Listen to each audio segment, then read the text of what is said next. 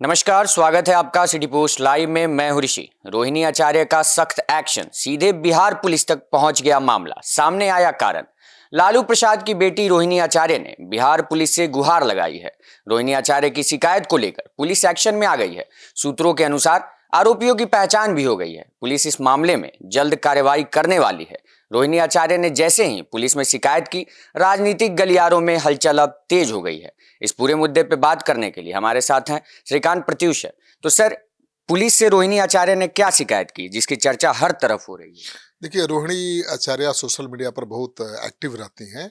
Singapore में रहते हुए भी तेजस्वी यादव और तेज प्रताप यादव से ज़्यादा सोशल मीडिया पर वो सक्रिय हैं। सिंगापुर में बैठकर भी वो बिहार की राजनीति में हमेशा छाई रहती हैं और इस बार उन्होंने अपने नाम से चल रहे फर्जी सोशल मीडिया अकाउंट्स को लेकर गंभीर आपत्ति जताई है और उन्होंने बिहार पुलिस के साइबर सेल में लिखित शिकायत कर खलबली मचा दी है।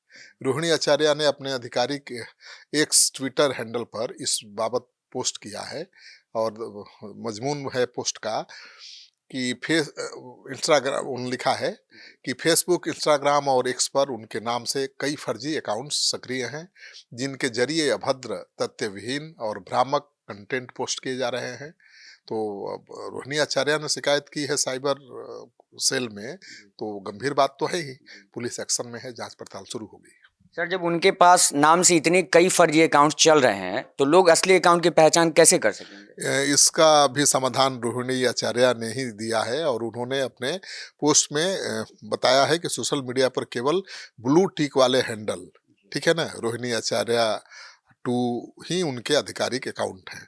बाकी सभी अकाउंट फर्जी हैं और लोगों से सावधान रहने की अपील की है। रोहिणी ने यह भी कहा है कि फर्जी अकाउंट चलाने वालों की पहचान कर ली गई है और इस पूरे मामले में बिहार पुलिस के साइबर सेल को शिकायत सौंप दी गई है। पुलिस अधिकारियों ने उचित कार्रवाई का आश्वासन दिया है। रोहिणी आचार्य सिंगापुर में रहती हैं लेकिन बिहार और देश की स्थिति पर हमेशा पैनी नज़र बनाए रखती हैं। चाहे बिहार का मामला हो या राष्ट्रीय राजनीति का मामला, आए दिन उनके ट्वीट सामने आते रहते हैं। राजनीति पर आए दिन उनके पोस्ट सामने आते रहते हैं और इस बार अगर उनके फर्जी अकाउंट के जरिए कुछ गलत मैसेज देने की कोशिश की जा रही है तो उसको लेकर भी वो सजग हैं और उन्होंने साइबर क्राइम में शिकायत की है। सर, रोहिणी आचार्य सिंगापुर रहती हैं लेकिन फिर भी एनडीए सरकार पर हमेशा जमकर निशाने साधते रहती हैं। देखिए, बिहार में तो लगता नहीं है कि कोई विपक्ष है।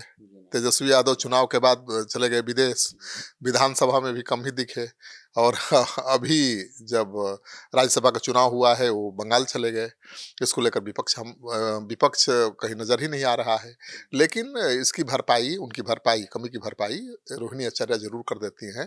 शनिवार को भी उन्होंने महंगाई पर एक पोस्ट किया है और उसमें लिखा है कि $1 में 94 रुपया। डॉलर के सामने रुपया है हलकान, गैस की लाइन में देश खड़ा है, कान में तेल डाल सो रहा फोटोजीबी प्रधान। तेजस्वी यादव और तेज प्रताप से रोहिणी आचार्य ज़्यादा एक्टिव है और बिहार की राजनीति में ज़्यादा हस्तक्षेप रखती हैं। वो आरजेडी की सबसे चर्चित नेत्री बनती जा रही हैं। राजनीतिक गलियारे में तो ये भी चर्चा हो रही है कि रोहिणी आचार्य ही लालू यादव के असली राजनीतिक उत्तराधिकारी हो सकती हैं। पार्टी के लोग भी मानते हैं कि रोहिणी आचार्य राजनीति में तेज प्रताप और तेजस्वी से बेहतर कर सकती है। जैसे कि कांग्रेस में कहा जाता है ना कि राहुल गांधी से ज़्यादा बेहतर है प्रियंका गांधी को आगे लाना, उसी तरह से अब आरजेडी के अंदर भी तेजस्वी यादव के आगे रोहिणी आचार्य को लाने की मांग उठ सकती है आने वाले दिनों में। बहरहाल अब रोहिणी की शिकायत पर पुलिस क्या एक्शन लेती है और कौन कौन लोग पकड़ में आते हैं, उनका क्या राजनीतिक दलों से कोई रिश्ता है, इस पर सबकी नजर टिकी है। तो अब क्या सोचते हैं रोहिणी आचार्य के इस ट्वीट पे जो सामने आके उन्होंने बोला कि कई फर्जी अकाउंट्स चलाए जा रहे हैं? आप अपनी राय हमें कमेंट बॉक्स में जरूर दें और बने रहे हमारे साथ, देखते रहें सिटी पोस्ट लाइव। धन्यवाद।